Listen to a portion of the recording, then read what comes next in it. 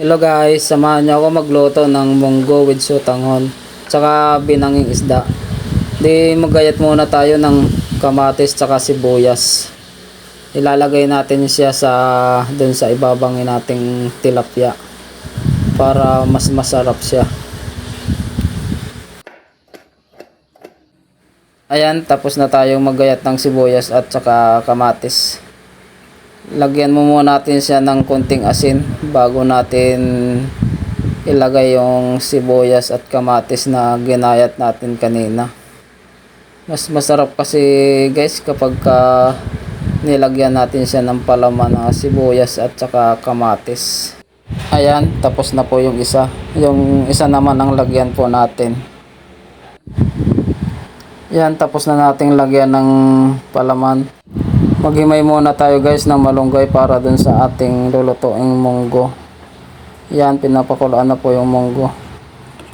Nilagyan ko na rin siya guys ng sibuyas at bawang para mas masarap. Ilagay na rin po natin yung tilapia dun sa ating bangihan. Ayan, malapit na po siyang maluto. Babalik ta rin na po yan mamaya. Ilagay na po natin yung malunggay dun sa ating munggo. Nalagay ko na rin po yung sotanghon, hindi ko lang nabidyohan. Tapos haluin natin ng konting oras. Ayan, baliktarin na po natin yung ating tilapia. Yan, malapit na rin maluto yung ating munggo guys. Magayat na rin po tayo ng sibuyas at saka kamatis para dun sa ating sausawan na tilapia. Para mas lalo siyang sumarap pagka may sausawan. Lagyan din po natin ng konting kalamansi at saka toyo. Yan, haluin ng konti para mas lalong sumarap. Ayan, luto na guys yung ating binanging isda. Sarap, siguradong masarap yan guys. Lutong luto talaga siya. Niluto ko siya sa loob ng 20 minutes. Ayan, kain na po tayo guys. Luto na yung ating tilapia at saka munggo. Kain po tayo. Masarap naman guys yung pagkakaluto ko doon sa munggo with sotanghon.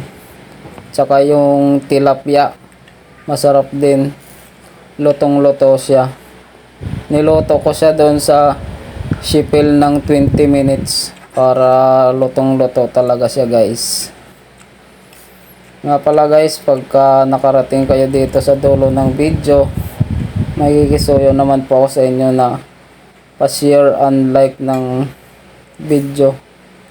Saka patapos na rin po ng ads kung mayroong lumabas pong ads. Salamat!